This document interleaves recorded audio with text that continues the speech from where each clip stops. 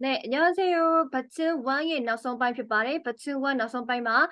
버튼တရားပါမယ်. ဆိုတဲ့စလုံးလေးကတော့သူကဘတ်ချင်းအသက်တန်မှာဆိုရင်တော့မြန်မာလိုဆိုရင်ငတ်တက်နဲ့တူတယ်ပြောနော်ငတ်တက်တော့ငတ်တက်နဲ့တူတယ်ဆိုတော့ငတ်တက်ကြီးတွေကောက်တင်တာတော့မဟုတ်ဘူးဘယ်လိုဆိုရင်သဘောတရားတော့တူတယ်အသက်တက်ကလည်းနည်းစိနေပေါ့နော်ဒီမှာကြည့်ကြည့်အောင်ခါနာဓာရကိုခါအောက်မှာလေးထည့်ထားတယ်နာအောက်မှာလေးထည့်ထားတယ်ဆိုရင်ဂါဆိုရင်ဘယ်လိုထည့်ရမလဲဆိုရင်ဂါဂန်ဂန်ဒီစလုံးကိုစစချင်းပေါ့နော်မထွက်တော့ဘူးဆိုရင်ဒီစလုံးလေးကိုကြည့်ကြည့်အောင်နော်အဲ့တော့ကိုနဲ့စထားရင်ဆိုရင်အောင်နဲ့စလိုက်တော့နော်လို့ထွက်တယ်တော့လို့ဆိုငတ်တက်ပေါ့နော်တော့ဆိုစလုံးလေးပါမယ်အင်္ဂလိပ်လိုဆိုရင်တော့ ing တို့ ang တို့ပေါင်းတဲ့အတန်နဲ့တူတူပဲအဲ့နော်အဲ့တော့တော့ဒီဆိုတဲ့အတန်လေးကနေထပ်ပြီးသွားမယ်ဆိုရင်ဂန်နန်ဒန်ရန်ပြန်ပြောကြည့်ကြည့်အောင်ဂန်နန်ဒန်ရန်ဂန်နန်ဒန်ရန်芒芒上芒芒上昂江唱昂江唱康汤汤夯康汤汤夯 OK အားလုံးရပါပါအဲ့တော့နောက်ထပ်စလုံးလေးရတော့ဆိုရင်ဒီစလုံးလေးကိုကြည့်ကြအောင်ဆိုရင်ငါတက်ဆိုအောင်ပေါ့နော်အဲ့တော့အောင်မြန်မာလိုဆိုရင်အောင်အဲ့တန်နဲ့တွေ့ပါနော်အောင်ကိုမှနည်းနည်းလေးအတန်လေးအားပြလိုက်အောင်လို့ထင်မယ်အောင်ဒီအောင်ဆိုရင်ကနဲ့ဆိုရင်ဘယ်လိုတန်ထက်မလဲဂေါင်နာဆိုရင်နောင်ဒေါဒေါင်ရောရောင်ဂေါင်နောင်ဒေါင်ရောင်မောင်ဘောင်ဆောင်းလို့ထင်မယ်နော်ဆောင်းအောင်ကြောင်ချောင်းခေါင်းထောင်းဖောင်းဟောင်းဖောင်းဆိုတဲ့တန်ထက်မယ်နော်ဖောင်းဟောင်းဆိုရင်နောက်ထပ်အိုးဆိုတဲ့တန်လေးကပါလဲဆိုရင်အိုးဆိုရင်ဘာဆိုအိုးဆိုရင်အုံပေါ့နော်အုံတိတိတန်နဲ့တွေ့အုံဆိုရင်အုံဆိုရင်ဒီမှာကိုဆိုရင်ဂုံနုံဒုံရုံမုံဘုံဆုံအုံဂျုံချုံခုံထုံဖုံဟုံဆရာတို့ကနော်လွယ်အောင်ဆက်သွားမယ်ဦးဆိုရင်တော့ဦးနဲ့ချောင်းရင်ဦးကိုမှငတ်တက်လေးထဲတော့ဦးပေါ့နော်ဒါတန်လေးနဲ့ထပ်သွားမယ်ဆိုရင်ဂူဆိုရင်တော့ဂူနုဒုံရုံမုံဘူးဆွန်ဂျုံချုံဖုံထုံဖုံဟုံဘယ်နော်အတန်တန်လေးတွေလိုက်ဖတ်ပေးပါအရန်ကြီးလဲအသေးအော်ဖတ်ကြအောင်လို့ပေါ့နော်အတန်တက်သဘောတရားနားလဲရပြီဒီအတန်တက်တွေတို့ဖတ်ရမယ်ဆိုပြီးရေးချက်နေစရာမလိုဘူးဒီအတန်တက်ထွက်လာဖို့ကိုကအကျင့်သားရရင်ရပြီဒါဟာပြီဆိုနောက်တစ်ခုဆိုရင်ဒီမှာငါတက်ဆိုပေါ့ကဲ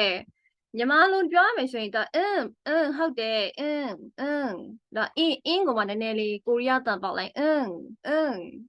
ကိုပြောနော်တော့သူလည်းကိုရီးယားမှာဒါလို့ပဲပြောတာပေါ့နော်ဆိုရင်ဒါဆိုရင်ဆိုတာဘယ်လိုတန်ထွက်ဆိုဆိုရင်ဂင်နင်းဒင်းရင်ဂင်နင်းဒင်းရင်ဒီမှာစလုံးပေါင်းမှားနေပေါ့နော်ဘင်စင်ဘင်စင်ဂျင်းချင်းခင်းဂျင်းချင်းခင်းဟာဆိုတော့ဟင်း자 잘했어요တော့ပါတယ်အဲ့တော့နောက်ဆုံးတစ်လုံးကဘာလဲဆိုရင်ဒီဘက်မှာကြတော့ဒီမှာဘားတယ်လေးပေါ်နေတွေ့ဟုတ်ဒီမှာခဏလေးဆောင်းလိုက်ရပါမယ်โอเคအဲ့တော့ e ဆိုရင်တော့ gi ရကြမယ် gi ဆိုရင် ging gi ဆို ging ni ဆိုတော့ ning d ဆိုတော့ ding ဒါ ri ဆိုတော့ ring ging ning ding ring gi ging ni ning di ding ri ring ဆိုရင် okay ဒီမှာလေမြားထည့်လို့မရတော့အတန်မှာဘားတယ်ပေါ်လာတယ်ဆိုတော့ဒီလိုလေးနဲ့နေမယ်နော်ခဏလေးပါ所以咪所以命病信喜所以信吉所以金庆king ting ping hing ချစိတ်သားငါတက်လေးပြီးတော့ပါပြီငါခုပေါ့နော်စာပြတင်ပါမယ်ဂါငါဆိုဘယ်လိုတန်ထပ်မလဲဂန်းပေါ့နော်ဂန်းလို့ထပ်ပေးပါမယ်ဂါငါတက်ဂန်းsorry 잠깐만요 야비 okay ဒါငါတက်ဂန်းညစ်ဂန်းဆိုညစ်ကိုပြောတာပါ ဘောလုံးဆိုရင်ဘယ်လိုသုံးလဲကိုငါတက်ဂုံးလို့ထွက်တယ်နော်ဂုံးတိတိတင်တန်ဂုံးဘောလုံးကဲလွယ်အိတ်ကိုဘယ်လိုပြောလဲဂါအာဂါဘာငါတက်ဆိုရင်ဘန်းဂါဘန်းဂါဘန်းလွယ်အိတ်ဂန်းညစ်ဂုံးဘောလုံးဂါဘန်းလွယ်အိတ်နောက်တစ်ခု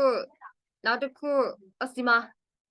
တိုးလေးပေါ့နော်တိုးရဲ့စလုံးကိုမင်းတို့ကြည့်လိုက်မယ်ဆိုရင်ဒီမှာဆန်းဆက်ရဆရာမမတင်ထားတဲ့စလုံးလေးပေါ့နော်ဘာလို့မတင်တာလဲဆိုရင်သဘောတရားနားလည်အောင်ပေါ့နော်ဣတိမရေကုံတင်တာချက်ကိုအတန်တက်ဘလို့ထွက်အောင်လဲဆိုတော့သိရင်ဒါတက်စရာမလိုတဲ့တကြောင်မလို့ပါအဲ့တော့ဘလို့ထွက်အောင်လဲတင်ပေးမယ်ရနဲ့အားနဲ့ရနဲ့ပုံတော့ရလို့ထွက်ကြရပေါ့နော်ရကိုငါတန်ထွက်လိုက်ရင်ဘလို့ထွက်မလဲရကိုငါတက်ထွက်လိုက်တော့ yang ပေါ့နော် yang ရင်းလို့မထွက်ဘူးနော်ရင်းမဟုတ်ဘူးနော် yang ဆိုတာကဘာလဲဆိုရင်တိုးပေါ့နော်အဲ့တော့yang yang တိုးဘောတယောက်နားလည်အောင်လုပ်ရမယ်နော်여러분ကျန်တော့တစ်ခုဘာရှိသေးလဲဆိုရင်ဒီမှာကဲဒီစလုံးလေးကိုစတားပြအောင်အဲ့တော့ပတ်ချင်းအသက်တန်နေတင်တဲ့ခါမှာသူတို့မှာအတန်ပေါင်းတာရှိတယ်တဲ့ဘလို့တန်ပေါင်းလဲဆိုတော့လေကားနဲ့အိုနဲ့ပေါင်းနေရကိုခုနကယာငါတက်ဆိုတော့ရန်လို့ထွက်နော်ကိုရန်အားနဲ့အီနဲ့ပေါင်းတော့အီအဲ့တော့သတိထားမှာဒီအနောက်က အီလို့မထွက်ပါဘူးဘာလို့အီလို့မထွက်တာလဲဆိုရင်အဲ့ဒီမှာငါတက်ဆိုတဲ့သဘောတရားအိမ်မှာစလာပြီဟောဒီမှာပါလဲဆိုရင်ယာရဲ့အောက်မှာသူနဲ့ပေါင်းတာလေအဲ့လိုမျိုးပေါင်းကိုရဲ့အောက်မှာရှိတဲ့ပတ်ချင်းအပိတ်တံဘီးနဲ့ကိုထပ်ပေါင်းမဲ့ဘီးနဲ့တူးနေရပေါ့ထားပါတော့ကားနဲ့တူတာတို့အားနဲ့တူနေရတို့လာနဲ့တူနေရတို့အဲ့လိုမျိုးရှိလိမ့်မယ်အဲ့ဒီခါမှာဒီမှာအားနဲ့တူနေတယ်အတန်မထွက်ဘူးငါတန်ထွက်မယ်ကိုရန်အီလို့မထွက်ပိနဲ့ကိုရန်ငီငါပြောင်းသွားရယ်နော်ကိုရန်ငီဆိုတဲ့အဓိပ္ပာယ်အကြောင်းဟုတ်ပြီနော်ဆိုရင်ပတ်ချင်းအတန်တူပေါင်းနီးဆိုတဲ့အဓိပ္ပာယ်လေးပါကိုရန်ငီနော်ကိုရန်ငီကြောင့်ဟဲ့အဲ့တော့ငါအတန်ထွက်လိုက်ပါတယ်နောက်ထပ်여러분တို့ထပ်ပြီးမှတ်ရမယ့်စာလေးတွေကိုပြောပေးပါမယ်။ဘာတွေကြံသေးလဲဆိုတော့ဒီမှာလေးပြန်တွေ့လိုက်မယ်လေးပြန်ဆိုတဲ့စလုံးလေးကဘာနဲ့ e နဲ့ပေါင်းတော့ b okay ဒီစလုံးလေးကိုမှတ်ကြည့်ကြအောင်ဒီစလုံးလေးကိုတော့သင်ပေးပါမယ်နော်အဲ့တော့ဒီကဘာနဲ့ပေါင်းထားရလဲ a ရဲ့ a ရပေါင်းတာနော်ဟာနဲ့ a နဲ့ပေါင်းဆိုတော့ he လို့ထွက်တယ်အနိမ့်တန် he ကိုငါနဲ့ဆက်လိုက်တော့ hing လို့ထွက်ပေးမယ် hing လို့ထွက်မယ်နော် hing မြန်မာက hing လို့ပြောတဲ့အတန်းနဲ့နောက်တန်းနဲ့တူတယ်ဆိုရင် hing ဘီဟင်းကြီးလင်းပြန်နော်ဘီဟင်းကြီးလင်းပြန်ပြီးတော့ဘာကြံသေးလဲဆိုရင်ဒီအောက်ကရဲပေါ့နော်ရဲဆိုရင်ဘယ်လိုတန်းထွက်မလဲဆိုရင် okay ဒါနဲ့ရောနဲ့ပေါင်းကျောကိုမှငါတက်ထပ်လိုက်တော့ကြောင်းငါတက်ကြောင်းရောင်းပေါ့နော်ရောင်းလို့ထွက်တာကြောင်းဆိုပြီးတန်းထွက်မယ်ကြောင်းချိုက်တိတ်ပဲကရဲဆန်းစေးဒီလိုအခက်ကြီးတာမတင်ပေးဘူးလို့ပြောပါနဲ့နော်ဒါကိုရဲ့ဒီဘယ်လိုထွက်မလဲဆိုတဲ့ပုံစံကိုတင်ပေးပါတယ်ကျောငါတက်ကြောင်းဟုတ်ပြီနော်ကျောငါတက်ကြောင်းချိုက်ရဲကျန်တဲ့ဘာကြံလေးလဲဆိုရင်ဒီမှာပဒင်းပေါက်ပေါ့နော်ခြာငါတက်ဆိုရင်ချန်းငူနာတမွန်းချန်းမွန်းပဒင်းပေါက်ချန်းမွန်းပဒင်းပေါက်okay ဒီမှာနော်ချန်းမွန်းokay ဘာဒီကြံသေးလဲဆိုရင်ကျန်တဲ့စလုံးတွေကတင်လို့မရသေးလို့ပါခြေအိတ်ယာငါတယန်မာလာတမိုင်ယမ်မိုင်ခြေအိတ်ယန်မိုင်ခြေအိတ်နောက်တစ်ခုဒီမှာမွေးနေ့ဆိုရင်ဆယ်ငါတက်ဆိုရင်ခုနစိမ့်လို့ထွက်မယ်ဟေဆိုရင်ဟိန်းလို့ထွက်တယ်လို့ဆယ်ဆိုရင်စိမ့်လို့ထွက်မယ်စိမ့် il okay အားလို့မထွက်ဘူးအားနဲ့ပေါင်းငါစိမ့် il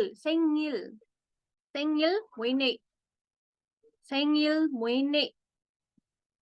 နောက်တစ်ခုဒီမှာအားကစားဖက်နဲ့ဦးနတ်တဲ့ဦးဒူငတ်တဲ့ဒုံ運動化အားကစားဖက်နဲ့花장的장 화장실 인다 운동화 아그사판은 생일 모이니 전에 슬롱이 뭐바디노 양말 치에 여기까지 알아두바웨이 나타봐두자바메 그럼 안녕